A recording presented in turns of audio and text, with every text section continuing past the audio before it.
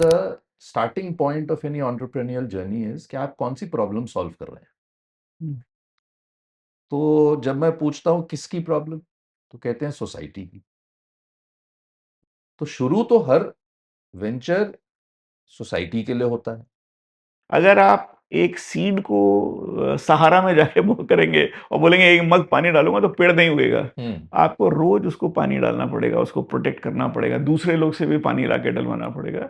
तो ये हमारा काम है। हम एक ऐसे व्यक्ति को ढूँढते हैं जिसके पास बहुत हिम्मत हो, एक नया आइडिया हो, वो कहीं पे भी हो मैं उसको पैसा देता हूँ। मुझे मालूम है वो पैसा डूब सकता है, मैं उस व्यक्ति की मदद करता हूँ, उस व्यक्ति को देन बाकी वेंचर कैपिटल से मिलाता हूँ।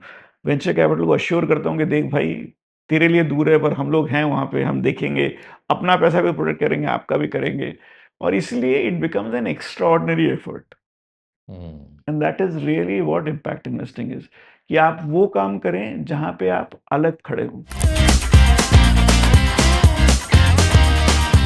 जब हम पैसा रेज़ करने गए थे तो नाम हमने इम्पैक्ट इन्वेस्टिंग इसलिए ढूँढा क्योंकि स्टैनफोर्ड वाले ने मुझे पूछा कि आप कौन हैं? हम्म। आप वेंचर कैपिटल हो? कि नहीं सर मैं वेंचर कैपिटल हूँ, उनका वेंचर कैपिटल का डेफिनिशन बहुत क्लियर है। Technology that can transform the world. Hmm. I was not investing, मैं तो डेयरी में इन्वेस्ट करता हूँ। बोला ये but you take high risk. मैंने कहा मैं बहुत ज़्यादा रिस्क लेता हूँ बट टेक्नोलॉजी नहीं कर रहा हूँ। फिर बोला तुम प्राइवेट इक्विटी हो? मैंने कहा नहीं मैं प्राइवेट इक्विटी नहीं हूँ। तो रियल एसेट हो? क्या हो तुम? हम्म। अगर आपका नाम नहीं है वहाँ पे तो एलोकेशन नहीं है, एलोकेशन नहीं है तो आपको पैसा नहीं मिलेगा।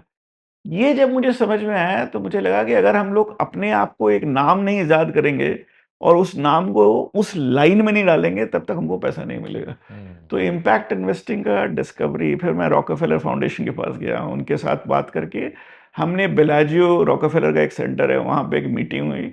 उसमें इस नाम को हमने ईज़ाद किया कि भाई हम लोग का नाम इम्पैक्ट इन्वेस्टिंग है और फिर रॉकफेलर ने आविष्कार में इन्वेस्ट किया टू डेमोन्स्ट्रेट कि Rockefeller will also support this और रॉकफेलर नहीं एफएमओ, आईएफसी, फिर मैंने दुनिया के सारे लोगों को घुमा के इस आज इम्पैक्ट इन्वेस्टिंग 1.5 ट्रिलियन डॉलर उस लाइन में क्लेम करता है। वाह।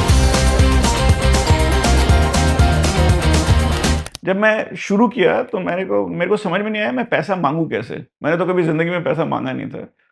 तो ईमेल आ गई थी और ईमेल में आप कुछ भी लिख सकते हैं। तो हम्म। मैंने ईमेल भेजना शुरू किया लोगों को लेफ्ट राइट सेंटर। वो एक ईमेल एक व्यक्ति है अनंत नागेश्वरन।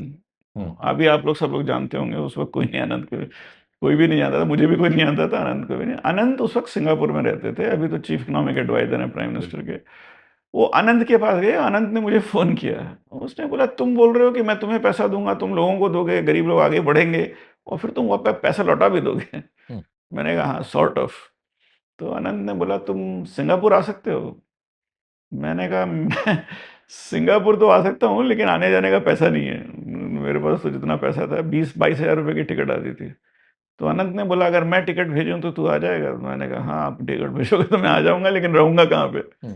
तो अनंत की वाइफ रम्या जो थी उन्होंने बहुत काइंडली बोला कि मेरे घर में ही रहेगा इसको। सो 2001 में मैं सिंगापुर गया, अनंत के घर में रहा। अनंत ने मेरी शक्ल जब दरवाज़ा खोला तभी पहली बार देखी। उनको ये भी नहीं मालूम था मैं कैसा दिखता हूँ। मुझे अपने घर पे रखा। शाम को अनंत के और उनके बहुत सारे मित्र थे, अरुण डायस, संजीव सान्याल आपने मेंशन किया, Sanjeev also, a lot of these people then put together a small amount of money, उस वक्त $100,000 सिंगापुर डॉलर, और बोला कि भाई जयेश पारिक, बहुत बहुत बड़ा रोल प्ले किया उन्होंने मेरी ज़िंदगी में। तो जयेश पारिक ने was the first person to commit $15,000 और उनके $15,000 के नाम पे $100,000 इकट्ठा हुआ और वो लेके मैंने अपनी जर्नी शुरू की। और इन लोगों ने जब ये शुरू किया तो उनका क्वेश्चन था कि तुम ऐसा क्या कर रहे हो जो दूसरे लोग नहीं कर रहे हैं? और मैंने बोला कि देखिए किसी भी चीज़ में बदलाव लाने के लिए आपको रिस्क लेना होता है और रिस्क लेने में सामने वाले से मैं पूछूं कि आप गारंटी करो कि भाई ये पहले पैसा लौटा दोगे, तो वो हो नहीं सकता है। तो आप मुझे ऐसा पैसा दीजिए जो कि आप राइट ऑफ करने को तैयार हैं। ये नहीं क्योंकि मैं पैसा लेके भाग जाऊँगा, आप मुझ पे भरोसा कीजिए, मैं भी किसी पे भरोसा करूँगा और कुछ लोग फेल होंगे और कुछ सक्सीड होंगे और उम्मीद करते हैं कि जो सक्सीड होंगे, वो पैसा लौटाएँगे और वो इतना लौटाएँगे कि वो जो फेल हुए का भी कवर कर लें। ये लोग ऐसे ही लोग होंगे जो कि खुद फर्स्ट टाइम एंटरप्रेन्योर होंगे और वो ऐसी एक कोशिश कर रहे होंगे जो कि आम बिजनेसमैन नहीं करेगा। तो ये मिनरल नहीं होगा, माइनिंग नहीं होगा, मेटल नहीं होगा, ट्रेडिंग नहीं होगा। ये जो है गाँव के अंदर बेहतर पानी कैसे पहुँचाएँ, गाँव के अंदर अच्छी एजुकेशन, टेक्नोलॉजी का इस्तेमाल करके कैसे करें। अब मैं ये सब 2001, 2, 3 की बात कर रहा हूँ, तो जिस वक़्त जितनी हमारी अकल थी, गाँव के अंदर उड़ीसा में पहली डेयरी, प्राइवेट डेयरी कैसे लगे, झारखंड में प्राइवेट डेयरी कैसे लगे, इस तरह के आइडियाज़ को हम लोग प्रोवाइड करेंगे और हम लोग सड़क चलते लोगों को देंगे। Micro finance was another thing that I discovered by stumbling. Yes, I know. So impact investing का कार्य ये नहीं था कि मैं बैंक बनाऊँगा। इम्पैक्ट इन्वेस्टिंग का काम था कि आप ऐसा कार्य करें जो कि बैंक नहीं करना चाहता हो। बैंक उस वक़्त 2001 में गरीबों को पैसा नहीं देना चाहता था। प्रायोरिटी सेक्टर लेंडिंग था, बस देना नहीं चाहते थे। माइक्रो फाइनेंस का इजाद 1974 में हो चुका था, लेकिन 2001 में भी सिर्फ 100 करोड़ आउटरीच थी। आज 4,50,000 करोड़ है। आविष्कार का बहुत फाउंडेशनल रोल है। इन सो उस 4,50,000 करोड़ में से 2 लाख करोड़ जो है आविष्कार के द्वारा सीडेड, फंडेड, सपोर्टेड, क्रिएटेड है। और वो 2 लाख करोड़ के अंदर करीब 6 से 7 करोड़ महिलाएं जो हैं उसमें पार्टिसिपेट करती हैं। तो कभी-कभी बहुत छोटे सोच से आप शुरू करके काफ़ी बड़ा बदलाव ला सकते हैं। माइक्रो फाइनेंस सिर्फ एक है, मैंने माइक्रो फाइनेंस नाम सोच के शुरू नहीं किया था, हमको पता भी नहीं था माइक्रो फाइनेंस क्या होता है। लेकिन एक माइक्रो फाइनेंस है, एग्रीकल्चर में जो भी इन्वेस्टमेंट है आविष्कार ने शुरू किया, उसके बाद बाकी इन्वेस्टर्स आने लगे। तो हमारे 2 कार्य थे, पहला कार्य था एक ऐसा काम कीजिए जो मेनस्ट्रीम कैपिटल नहीं करेगा। दूसरा काम इस तरह से कीजिए कि कल सिकोया और अब एक्सेल और चिराते आपके साथ आएँ और आपके साथ उन कंपनियों को आगे बढ़ाएँ। तो देयर वर मेनी डाउट्स, ये भी नहीं पता था कि अगले महीने क्या सर्वाइवल कहाँ से आएगा। And you have to relate to 2001। हाँ, आज हम 2026 में हैं। 2001 जो था, भारत जो था वो बहुत अलग था। 2001 में Y2K खत्म हुआ था। There was something called a technology meltdown. So global पैसा भी नहीं था, इंडिया में भी पैसा नहीं था। So to take that decision at that time, या तो आप बहुत यंग होने चाहिए या आप बहुत बेवकूफ़ होने चाहिए। मैं यंग भी था और बेवकूफ़ भी था। लेकिन आपके पास आपकी वाइफ थी, उन्होंने कहा जा विनीत जी ले अपनी जिंदगी। हाँ? तो आप चल पड़े रास्ते पे। हाँ, चल पड़े। और कितनी अच्छी बात है, क्योंकि आप नहीं चल पड़ते तो लाखों लोगों को जिनको आपने इम्पैक्ट किया है वो नहीं इम्पैक्ट होते।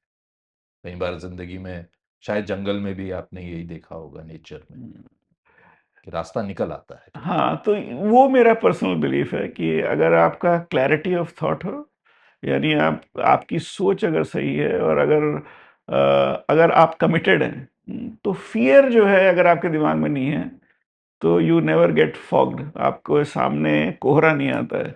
अगर आपके दिमाग में डर है तो आपको कोहरा दिखेगा। And that actually is one thing that has been my distinction. मैंने कभी भी डिसीजन लेते हुए 2 बार सोचता नहीं हूँ मैं। लाइफ में 2 शब्द होते हैं, एक होता है वैल्यू और एक होता है वैल्यूएशन। हाँ। ये जो वैल्यूएशन है ना, ये शिमेरा है, ये जैसे मृग-मरीचिका जो बोलते हैं ना, वो है। इसका कोई मतलब नहीं होता है। ये जो है, ये आपका ठोस, आप धरती पे खड़े हैं। जो वैल्यूएशन में बनता है, उसका कोई वैल्यू नहीं है। और जो वैल्यू पे बनता है, उसका बहुत वैल्यूएशन है। वैल्यूएशन कब आएगा मालूम नहीं, पर जब आएगा बहुत आता है। ये डिफरेंस हर यंग एंटरप्रेन्योर को समझना होगा। ये जो है, this is just a dream. Hmm. और ये जो है, ये रियलिटी जो है, जब एक्चुअल में कन्वर्ट होगा, ये it will go way beyond dream. ये आपकी रियलिटी में ड्रीम देगा। सो किसी भी एंटरप्रेन्योर की जो शुरुआत होती है, the first thing they should think about is value. क्योंकि वैल्यूएशन जो है, वो कई प्रकार के तरीके से आता है। इन लोगों को समझ नहीं है कि पैसे के कई रंग होते हैं। And I meet so many entrepreneurs who are very unhappy and dissatisfied and disappointment with कि हमने उससे पैसा लिया, उस वक़्त तो बड़ा अच्छा लगा, लेकिन अभी उसने ये कर दिया, तो ये नहीं करने दे रहा, वो नहीं करने दे रहा। ये समझना बहुत ज़रूरी है कि पैसे के पीछे जो व्यक्ति है, उसकी क्या सोच है। और ये समझना उसके लिए जो वैल्यूएशन ढूँढ रहा है, बहुत मुश्किल है। वो आपको तभी समझ में आएगा जब आपने उससे पैसा ले लिया है। Not just trying to solve a problem for myself, और फॉर माय कंट्री, हम लोगों ने पूरी दुनिया को इन्फ्लुएंस किया इस थॉट प्रोसेस से। मजेदार बात है कि हिंदुस्तान में ही लोगों को पता नहीं है कि इम्पैक्ट इन्वेस्टिंग का इजाद हिंदुस्तान में हुआ था। आई मीन ये कहना भी थोड़ा अतिशयोक्ति होगा, क्योंकि मैं जब शुरू किया था तभी जैकलिन नोवाग्रिड्स ने एक्यूमेन करके एक संस्था शुरू की थी न्यूयॉर्क के अंदर। हम लोग सब ने एक साथ बिना एक दूसरे को जाने एक ही समय में एक ही सोच के साथ संस्थाएं शुरू की थी। सिमिलरली रॉनी कोहन ने ब्रिजेस वेंचर शुरू किया था। तो ये जो स्टोरी है एक्चुअली में पूरी डॉक्यूमेंटेड नहीं हुई है। तो हिंदुस्तान में लोग अभी भी बोलते हैं कि इम्पैक्ट इन्वेस्टिंग हिंदुस्तान में कब आएगा, विदाउट रियलाइजिंग कि Hindustan is actually the global leader in impact investing. पर क्योंकि हम लोग श्रुति वाले लोग हैं, हम लोग लिखते नहीं हैं, सो आई स्टार्टेड राइटिंग। सो मेरे बहुत सारे पेपर्स हैं ऑन आईडीआर, एंड मैं इंटरव्यू भी देना शुरू किया, बिकॉज मुझे लगा, मैंने जाके एआई से पूछा who are the people in impact investing, and उसने सिर्फ वेस्टर्न वर्ल्ड के बारे में बात की। एंड आई रियलाइज कि ये मेरी जीती हुई, मेरे सामने ही मेरी हिस्ट्री को इग्नोर कर रहा है। एंड गूगल जेमिनी बोलता है क्लियरली कि समहाउ हमारा बिलीफ है, एंड खुद ही बोल रहा है, मुझे उसने अपोलोजाइज भी किया, and I can share the document with you. It's a conversation between me and the AI. AI in any case tries to please you, तो it's algorithm is design to please you. तो वो बहुत अच्छी तरह से आपसे बात करता है, बोलता है I am very honoured, I am talking to you Vineet Rai, and I will rewrite the history. But उनका जो मॉडल है, it can not be retrained unless Google wants it.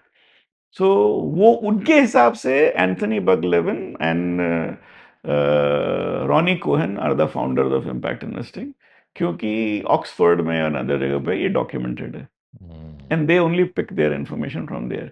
सो ये हिस्ट्री की जो इश्यूज हैं, ये ये मेरे खुद अच्छी के बात है कि सामने एआई ने ये कर दिया, नहीं तो आपसे बात ही नहीं हो रही होती मेरी। हैं।